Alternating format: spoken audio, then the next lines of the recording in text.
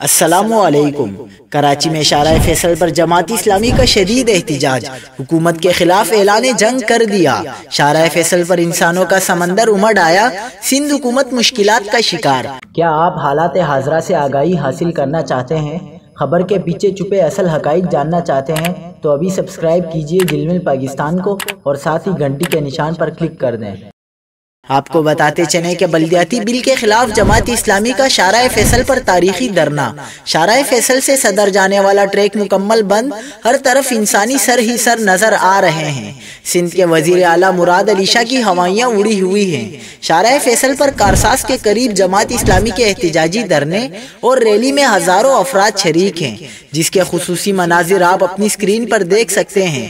Police کی بھاری نفری تعینات کر دی گئی ہے۔ دوسری جانب متنازع بلدیاتی قانون کے خلاف جماعت اسلامی کا سندھ اسمبلی کے باہر دھرنا 17ویں روز بھی جاری رہا۔ عوامی شرکت اور جوش و خروش میں مسلسل اضافہ ہو رہا ہے۔